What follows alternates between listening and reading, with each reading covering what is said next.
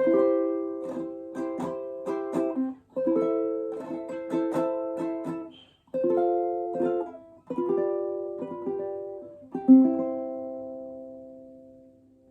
everyone, welcome back to Ukulele Next Steps with me, Matt Stead. In today's video, we're going to look at movable chords. This is something we looked at briefly in the beginner's course and then in a little more detail in the intermediate course. But today we're going to formalise how to take three simple shapes, move them all over the fretboard to allow you to explore the whole fretboard in terms of playing chords. Now, as I mentioned, I covered a lot of this in earlier videos, but just ever so quickly, what is a movable chord? A movable chord is any chord where we're covering all four strings so that we can move it up the fretboard to become another chord. And any chord can be turned into a movable chord simply by replacing the nut of the ukulele with our index finger. We'll explore physically how to do these in a little while. The reasons for playing movable chords, there's a few really. First of all, if you're playing with someone who's playing chords down here and you want to accompany them, there's no point doing the same thing they're doing. It would sound texturally really boring. So you could play the chords they're doing down here, up here, and it would give a really nice complement to their playing. Secondly, sometimes you're playing a chord melody and you need to play a melody note way up here at the same time as playing a chord. Now, for instance, if I needed to play this high F note at the same time as playing an F chord, there's no way I could stretch, whoa, from an F in that position and hit this note, but I could play an F up here. And I'll teach you how to do that in a short while. And then finally, a bit of timbre as well and tone. So playing chords down here open, because of the open strings, has one certain tone. If you take it up here, because we have some higher pitches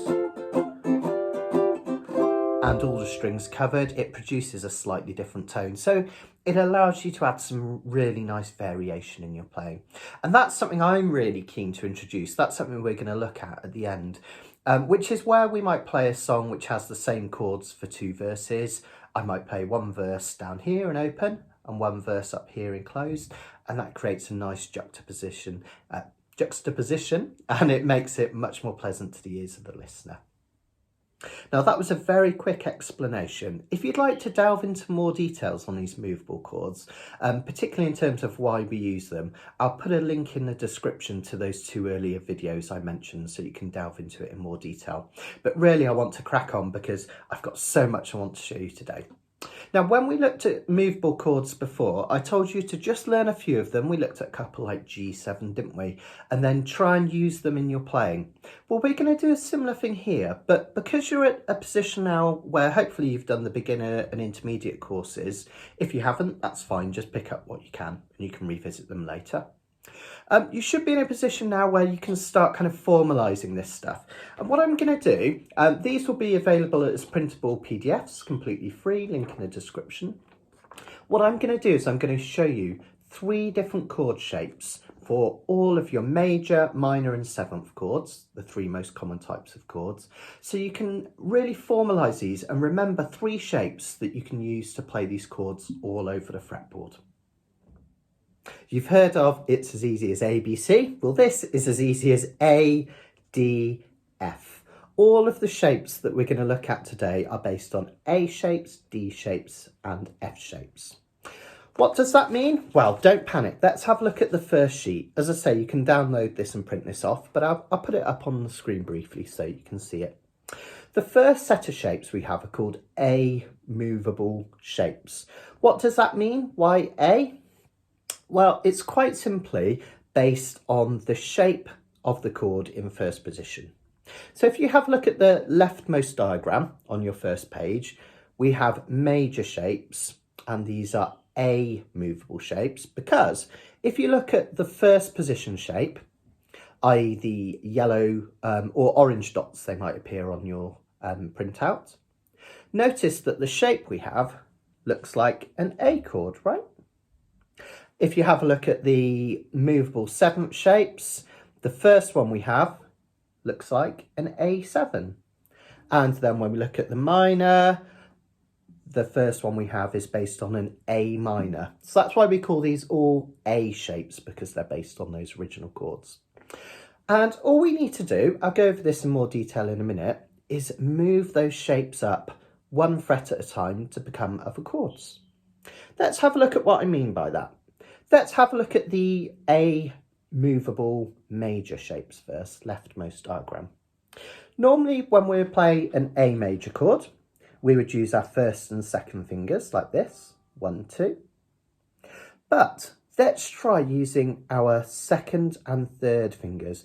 If you remember from those earlier videos on movable chords, generally when we create a movable chord, we need to keep this index finger free, because this index finger is going to replace the nut of your ukulele and become a bar.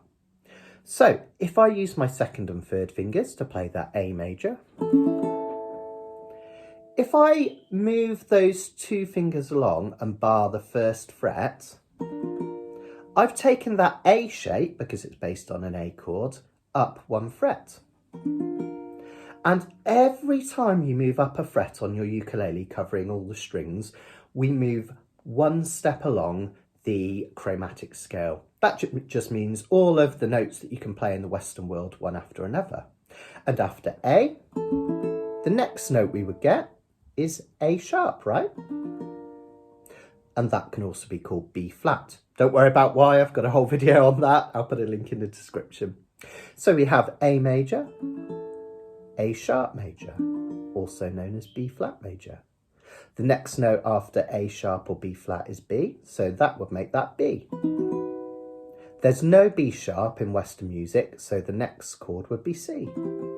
So you can see how we've taken an A movable shape, and now we have loads of other chords. We have A sharp, B, C. I could keep going. C sharp, D, D sharp, E. So if we go back to the diagram, have a look at the chords that we have written down here, and you can see that it's the same shape moved up. So what I've drawn on your diagrams, just to explain it, these ones up the fretboards in blue and purple are just examples of the A shape played higher up the fretboard to become other pitched chords. So instead of being A, if we move it up to the 3rd fret and bar, we have a C. And if we bar the 5th fret and use that shape, we have an E. And you can learn those all over the fretboard. But these are nice ones to remember because they're common ones that come up and they're nice and spread out across the fretboard. Let's continue that process with the A movable shapes with 7th shapes and minor shapes. And I'm going to show you something really cool, which is going to allow you to remember these really easily. But just so we've done it, let's have a look at the A7. So normally with A7, we'd be tempted to use our index finger, right? But we need to keep that free to become our bar. So we're going to play an A7 with our 2nd finger. Exactly the same process. If we move it up 1 fret, we have A sharp 7 or B flat 7, B7, C7, C sharp 7, D7, and so on and so forth. Exactly the same with the minor shapes. Again, we're calling it an A shape because it's based on a type of A chord. We're looking at A minor. So, similar thing. Again, we would normally use our 2nd finger for our A minor chord. And you might think that's okay because we've got our index finger to bar. But notice that we're going to kind of be barring far enough away that it makes it really uncomfortable. So what I want you to do is use your 3rd finger to play the A minor. Move it up 1 fret and bar the 1st fret. Same principle again. Now we have an A sharp minor, a B minor, a C minor, a C sharp minor, a D minor, and so on and so forth, all the way up the fretboard. It's like magic, right? Now here comes one of those magical little nuggets that will really, really help your understanding and really help your playing. Have a look at all of those different A shapes, A major, A7th, A minor. No matter where they are on the fretboard, because they're all based on the same shape, notice they're very, very similar. And this can be a really great tool to have in your arsenal. If we know that this is an A major chord, using our 2nd and 3rd fingers, The only difference between that and the A7 is taking off this third finger, right? A7, A major. A7, A major. Well, that applies to all the movable chords. So if you knew, for example, that this is C major, to create a C7 chord, all we have to do, take away the third finger, C7. C major, C7. Cool, huh? And it works with the minor as well. So if we know this is A major, if we take off the second finger, we have A minor, right? A major, A minor. And that applies to all our chords at the fretboard as well. If we know this is C major, take away this one, C minor, C major, C minor. And this is really crucial to your learning. I want you to take the time to study these chords on your own and look at the differences in the fingerings between the major, the seventh and the minor. Because once you can learn that, once you can learn how to turn each of these chords into its sister or brother chord, like a major into a minor or a seventh, you can do that all over the fretboard. And suddenly one shape has given you all these chords all over the place, not just different pitches of that shape, but different types like sevenths and minors as well. So take your time, even pause the video just to really digest that. Have a look at your sheet and see if you can study the relationship between those A shapes in major, minor and sevenths. Now, there are many more shapes that we can use to take any type of chord basically and turn it into a movable chord. The reason I'm giving you these three shapes is they're really easy to remember and I think they cover the fretboard beautifully. But why do we need three shapes? If that A shape can become pretty much every pitched chord in the world, what's the need for the other shapes? Well, for a start, you tend to run out of fretboard eventually. So this A shape is good for A, B flat, B, C, C sharp, D. But I'm starting to run out of fretboard, aren't I? I've got up to D, and the quality of the tone is starting to disappear a little bit when I go way up the fretboard. So say I wanted to use this shape to create an F chord, look how high I'd have to go. A, B flat, B, C, C sharp, D, D sharp, E, F. I'm way up here and it's getting difficult and it's not sounding great. So that's where a different shape might come in useful. So I could play an F chord around about here in the middle part of the fretboard. Well, as if by magic, let's do that. So, ta-da! Now we have a set of movable shapes all based on D chords. Now, before I show you how to physically to do these, let me show you something cool. We've just taken those A movable shapes and we've covered A sharp, B, C, C sharp. But say I wanted to do a movable chord in this middle part of the fretboard. Well, if I move to a D shape, then I've got D, D sharp, E, F, F sharp. I've got all these new chords in the middle part of the fretboard, which is absolutely fantastic, right? Really useful. So let's do exactly the same principle on D movable shapes. Why are they called D movable shapes? Well, because in first position, they're based on types of D chord. D major, D minor, and D7. So, if you've ever tried to play an E chord, E major, you'll know it's a really awkward chord to play. You kind of have to bend your fingers back and bend back here, or use three fingers and stretch. It's one that a lot of people struggle with. Well, the first D shape we're going to look at, D major, is based on a similar shape. So I'm actually going to give you two different options for this one, for turning it into a movable chord and taking it up the fretboard. So for our first way of doing our D major movable shape, we're going to use the same principle we used as the A shapes. And that is just to play a D major how we normally would, which would for most people be like this, using three fingers, or like this, using two. But remember, we need to use our last three fingers, okay? Because we need to keep this index finger ready to come back here and be our bar. Now, what we would do is we would move that chord shape up and we would either bar the first fret, so moving from a D up here to a D sharp, or if it's easier, what you can do, because we only need to cover the A string that's open, you can just pop this finger down here on the first fret of the A string.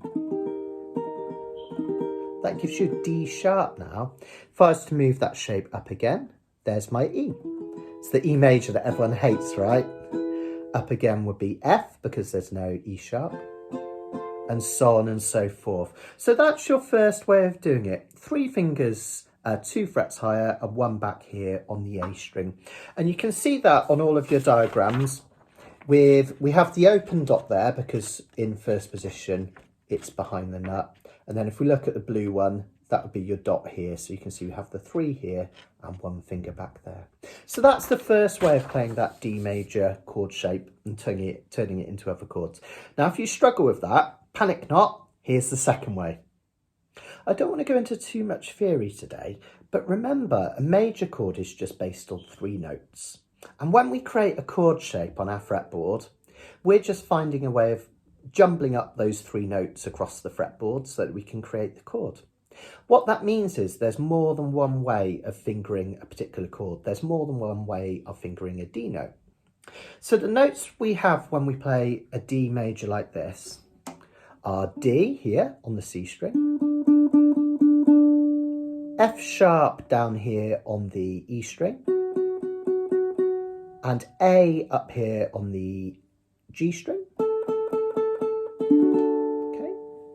Now, because there's 4 strings on our ukulele and only 3 notes in that chord, we need to repeat a note here. It can be any one of these 3 notes again.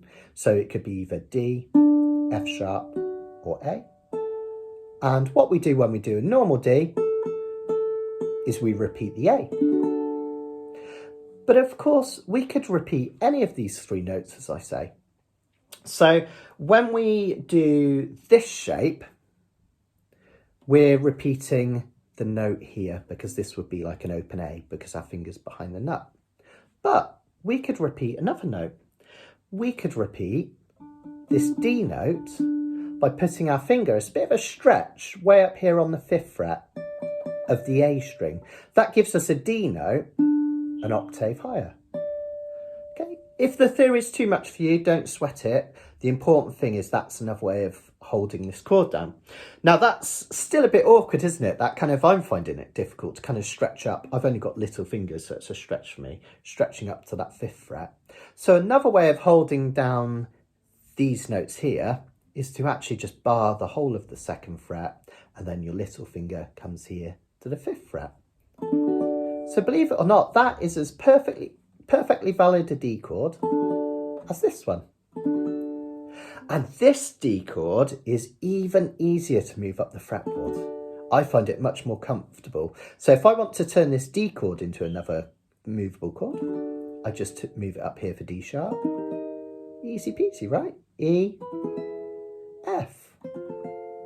So I've just moved that shape up. And if you have a look on your diagram, you'll see that that's the optional note that's higher up. So where are you? Here's the D. That's the first way we did it. But you can also put your finger here and turn it into that kind of movable chord. Just as a quick side note, this is brilliant for those players that hate playing an E major like that, which is really awkward. Because if we know that this is a perfectly valid D chord, we know that if we play that shape at the 4th and 7th frets, that's a perfectly valid E chord. Generally, when I'm playing songs that require an E major, I tend to use this one because it's a lot easier than this one. Sometimes this one can sound nicer, so I will use it, but that's a lovely, lovely little option there. Now, remember when we were looking at the A shapes, I said try and look at the relationship between the different types of A shapes, major, minor, and 7th. And we can do the same thing here. If we're playing this form of D chord, notice that the only difference between this and the D7th chord is that the note on the A string comes back to a D major chord, D7. There we go. So that can be really helpful because we can do the same thing higher up. If we know this is an F chord, we know this is an F7. And because the way most of us play a D7 down here, not the Hawaiian way, but a general standard bar chord D7, because the way most of us play it is barred, this D7 shape is a ready to use movable shape, isn't it? Because if this is a D7, D sharp 7, E7, F7, and so on and so forth. So there, our D7 movable shape, dead easy, just move a D7 up. Let's whiz through these next few quite quickly. The D minor movable shape, exactly the same principle again. We would play a D minor chord that we know like this, but we've got to keep our index finger free. So we would use our second, third and fourth fingers to play a D minor like this. And then we would move it up and bar the first fret, which gives a D sharp minor. Move it up again, an E minor. That's another version of an E minor that we play like this. Move it up again, F minor, F sharp minor, and so on and so forth. And this one, again, because you're only having to cover this open A string, rather than barring the whole of that fret here, I tend to just put my finger down there on the first fret of the A string and then move that shape up.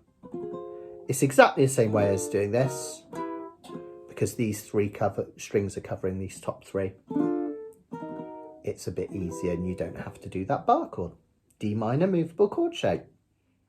Now again, eventually with these D shapes, you run out of space as well. So if we start from D as a D major, D, D sharp, E, F, starting to get a little bit tight now, F sharp. So if we want to keep these shapes in the middle part of the fretboard, we need one more movable chord shape. That's what we're going to do. These next chords are all based on types of F chord, hence they're called F movable shapes. Let's take a look. An F major movable shape, easy peasy lemon squeezy. We would just play an F chord, but golden rule, we need this index finger free to bar. So we would play an F chord using our second and third fingers. And then we would move that up and bar the first fret for F sharp, G, G sharp, A.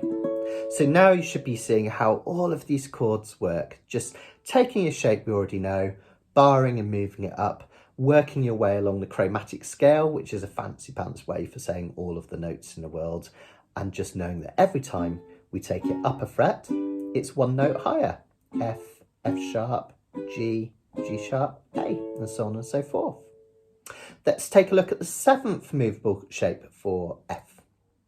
When I do the F7 movable chord shape, I really like to start with a 4-finger F7, partly because it makes it a lot easier. We just have to move that whole shape up the fretboard. We don't have to add any fingers. But also as a bit of an aside, and you don't need to worry about this, it's just interesting, I much prefer to play an F7 with this finger down here than this kind of F7. Both are kind of valid F7s, but this one is nicer.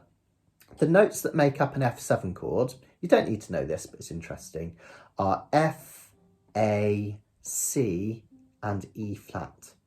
And when we play this type of F7, we play two A notes, and no C note. And that's a shame. You can get away with dropping that C out of an F7 chord because it doesn't do a lot. It's just the 5th note of the scale, so it just sits there. But adding that C gives the chord more richness.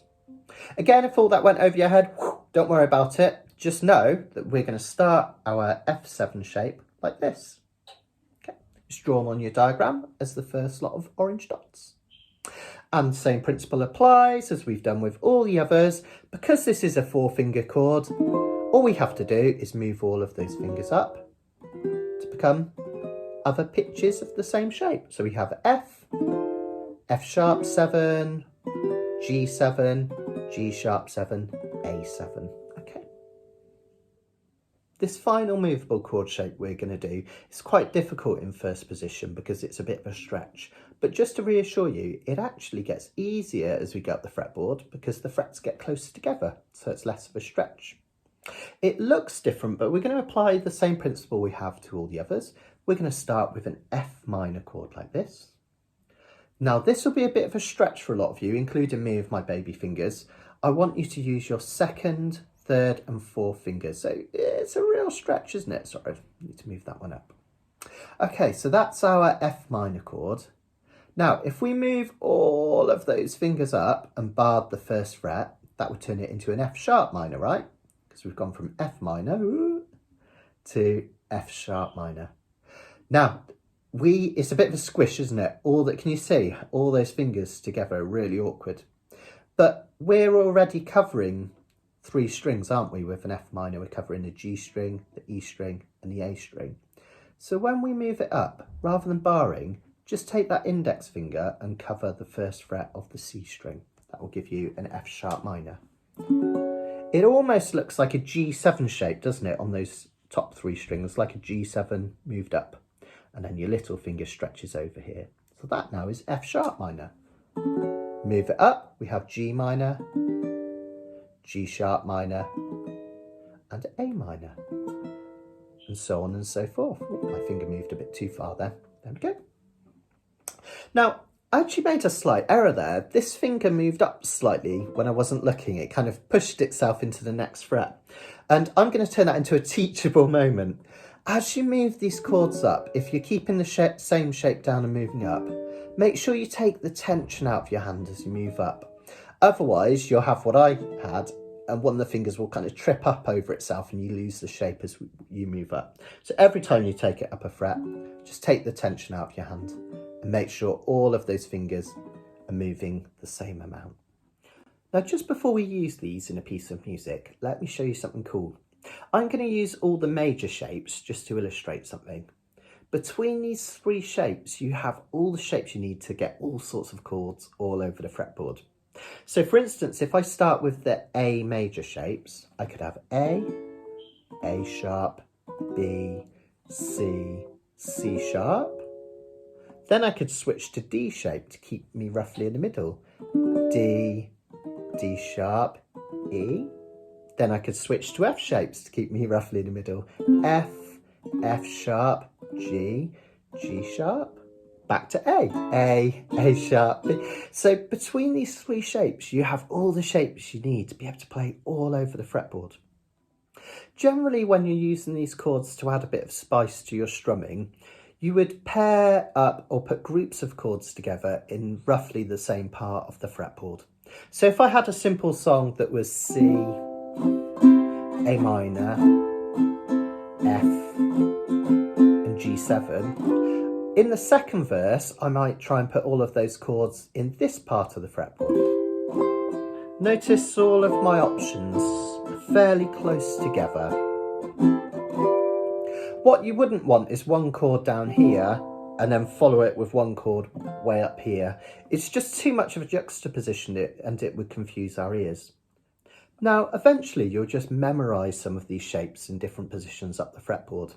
And that's why I said in an earlier video, it can be useful when you're just starting out with movable shapes. It's just to take a few, say a movable F7, played here as a G7, and every time a G7 comes up in a song, try playing it here as opposed to here. That's a really great way of learning.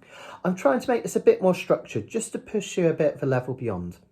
So eventually you'll build up a knowledge of these, just like if I asked you to play a G7, you could do that without thinking. Eventually, if I asked you to play a G7 in second position, you'll do that without thinking. But until that happens, just use common sense, trial and error. I've given you 3 movable shapes, so you've got 33.3% reoccurring chance of choosing the right one anyway. And to be honest, there is no right and wrong answer. You just experiment until you find one that works. So say I wanted to play a C chord, but rather than playing it here, I want to play it roughly in the middle part of the fretboard. Well, just use trial and error. So C major, let's use one that I don't think will necessarily work. Let's try an F shape first and see if that works. F, F sharp, G, G sharp, A sharp, B. The C with that movable shape's a bit too high, isn't it? I'm going a bit too high, so that one doesn't work. So we've tried the F shape, didn't work. Let's try another one. Let's try a D shape, see if that works. D, D sharp, E, F, F sharp, G. I'm going even higher now, right? The C's way up here somewhere. So that didn't work. Let's try another movable shape. We've only got one left. The A movable shape. A sharp, B, C. Puts us right in the middle of the fretboard. Nice. So you've got 3 to play with. Just take the relevant chord shape, either A, D or F, and move it up until it matches. Of course, you've got to keep the chord quality the same. So if we know we're trying to play a C major, we know we've got to start with an A major movable shape, a D major movable shape, or an F major movable shape, and just move it up until you find the one that works. So this, in fact, is going to be the first chord that we're going to use as an alternative in a piece of music we're going to play next. And let's take a look at that. Now, after this next exercise, I'm going to set you a piece of homework where you're going to pick a song yourself and apply these movable chords over the top of it. But just for today, let's look at something really, really simple. And I make no apologies. The point is that I want to give you something really easy so you can understand how you can make this work. And then you can make it as complicated as you want with more difficult pieces of music yourself. So I've chosen Stand By Me because the chords to it are really simple and because it features both major, minor and seventh chords in it. So that gives you a chance to practice all of the ones we've tried today. And again, the reason why I've concentrated on major, minor and seventh chords is because they're the most common. All these movable shapes we could apply to other types of chords, and we will do later on, but just for now, those are the most common. So Stand By Me, dead easy. We've got 2 measures of C, 2 measures of A minor, 1 measure of F, 1 measure of G7, and then 2 measures of C to finish off. I'm just going to strum this. It's normal common time, so just count to 4 in each measure. I'm just going to strum up and down. You can use your own strum. If you want to make it a bit more difficult, perhaps finger pick it, anything you like, okay? Let's just have a little play through just so we can get a feel for it. Let's just have a play through a verse and a chorus so you can get a feel for it using the chords that I've written down. Now, this is dead simple. This song, one of the verses are the chords that I have on the sheet. So that's one verse. Now, the verses and the choruses are exactly the same. So all I want you to do now to play the song along with me is literally just keep playing that progression round again and again. Notice we have 2 measures of C to finish. When we go back to the start, we have another 2 measures of C. So just make sure you're getting the last 2 measures and the first 2 measures all together when we piece it together. You'll get an idea. It's dead simple. Just follow along with me. Come in on the word night. 1, 2, 3. When the night has come, then you're A minor, and the land is dark, and the moon is the only light we'll see. Back to the start after 4. 1, 2, 3, 4. Won't cry, I won't be afraid. No, I won't be afraid. Just as long as you stand by me. Chorus is exactly the same. So darling, darling, stand by me. A minor, stand by me. Oh, stand by me, stand by me. Round and round and round forevermore. You can do as many verses as you want. I think the full version has 2 verses and 2 choruses with a little instrumental. So, simple chords, C, A minor, F, G7. Let's see if we can work out how to play all of those chords as movable chords in the middle of this part of our ukulele fretboard. And we already know our first movable chords up the fretboard because we worked it out, didn't we, using common sense a minute ago? That's C. So rather than this C here, we're going to play the A-shape C up here.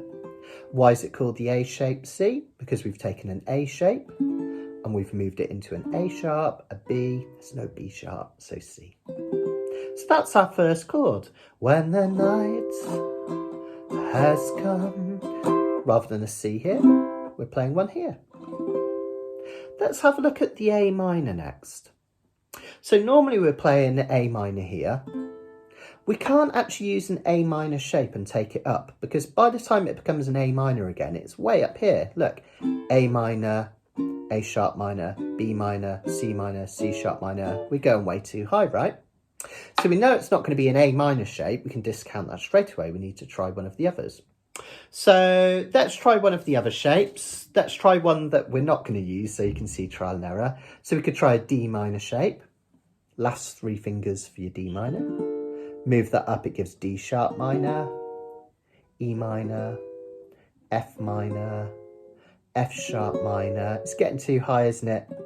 G minor, I can't even get my fingers in the right place. It's going too high. So let's not use the D minor shape. That only leaves us one more. The F minor shape. This is a tricky one to do down here. So F minor, we move it up and we put our index finger on the 2nd fret of the C string. F sharp minor, G minor, G sharp minor. Aha! It places our A minor right in the middle of the ukulele fretboard, which is what I'm after.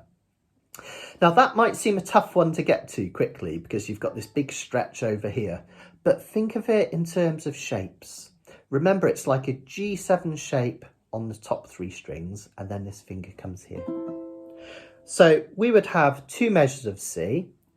When the night has come. Then we change to the A minor. Get that G7 shaping up here first, and then stretch your little finger out. And the land is dark. Okay. Now, what you might want to do, this is a really nice one to practice in front of Emmerdale or Coronation Street or whatever you're watching, Friends, I don't know. Is that on anymore? No. You could practice this silently in front of the telly, just building up that muscle memory going between the 2 chords. That's a really nice way of practicing that without even having to play anything. So we've got our C, we've got our A minor, then we have an F. We know we can't use an F movable shape because by the time it's an F again, we're up at the 12th fret up here, so that's not going to work. So we experiment again. What else could we use? We could use an A movable shape, A major, A sharp, B, C, C sharp, D, D sharp, E. It's kind of doable, but it's a bit too high, isn't it? So that leaves us one more shape, a D major shape, D sharp major, E major, F, right in the middle. Again, don't sweat the theory too much. We have it here shown on your diagram, a really nice way to play that F movable shape. And that is one I use all the time because F is such a common chord on the ukulele. If you can remember this F shape up here, this, I say F shape, really it's a D shape moved up, isn't it? Just to confuse things. But if you remember this F up here, that's a really common one that comes up all the time. So that's really useful to remember. And it's fairly easy to remember, bar the 5th fret, little finger on the 8th fret. So there's our F. So to recap, C here, which is our A shape. Then A minor here, which is our F shape, because we've taken an F minor and moved it up. Then we have our D shape, because we've taken D and moved up for this F. Now let's take a look at the G7 next, the last chord in the song. Rather than going through all 3 movable shapes as 7ths and finding them on the fretboard, let me show you a little kind of common sense trick that will help you. We know we need to be roughly here, don't we? Because our C that we're playing is here, our A minor is here, our F is here, so we want to be in this part of the fretboard.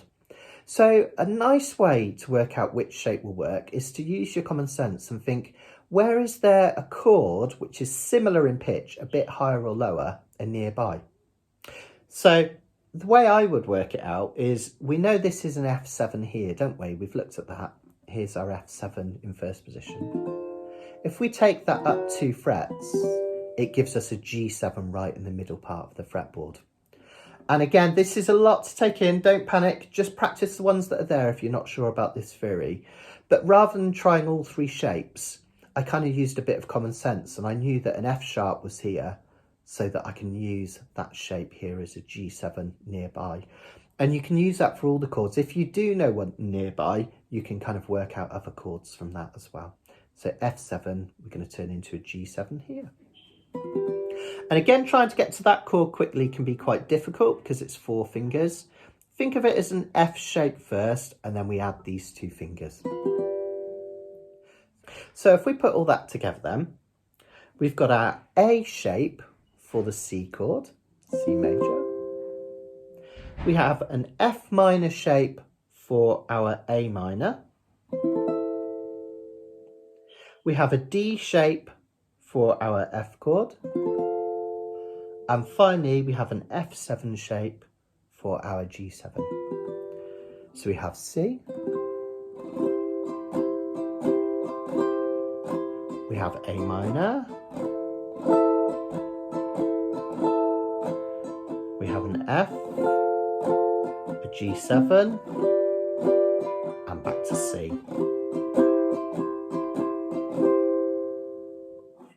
Now, because I've been doing these videos for a while, we've got all sorts of levels of people doing these videos. Some people haven't been playing for uke as long as others. So if you find these chords really, really easy peasy and you get what's happening, you can skip this next bit and go on to the homework in a minute. That's absolutely fine. Conversely, if you're finding these chord shapes really tricky to put together, just pause the video and take some time to learn them and put them together.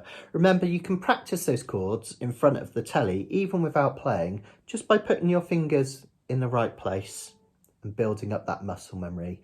And then when you've got it, come back to the video and we can have a little practice. What I like to do is Stand By Me. The verse, really, there's two parts to the verse. You can think of it as two verses or one verse doing the same thing twice, however you want to think about it. But basically, we have the chord progression I wrote out and we play it through twice. And whenever I have a song that does that, I like to vary how I play them. So for the first time through, I'll use our normal chords, if you like, in first position. When the night has come and the land is dark and the moon is the only light we'll see. Then I use the ones we just learned up the fretboard. I won't cry, I won't be afraid, no I won't shed a tear, just as long as you stand by me. Then back to normal, so darling, darling, stand. So I might do the same thing in the chorus. Let's give it one go just so you've had a chance to practice. I'll just do once through a verse and chorus so you can practice changing and chopping and have a bit of an experiment. And then you stop the video, have a practice yourself. Let's just start with our normal chords. 1, 2, 3, 4. The night has come and the land is dark, F, and the moon, G7, is the only light we'll see. Now we're going to go into second position in the middle part. No, I won't be afraid, no, I won't shed a tear, just as long as you stand.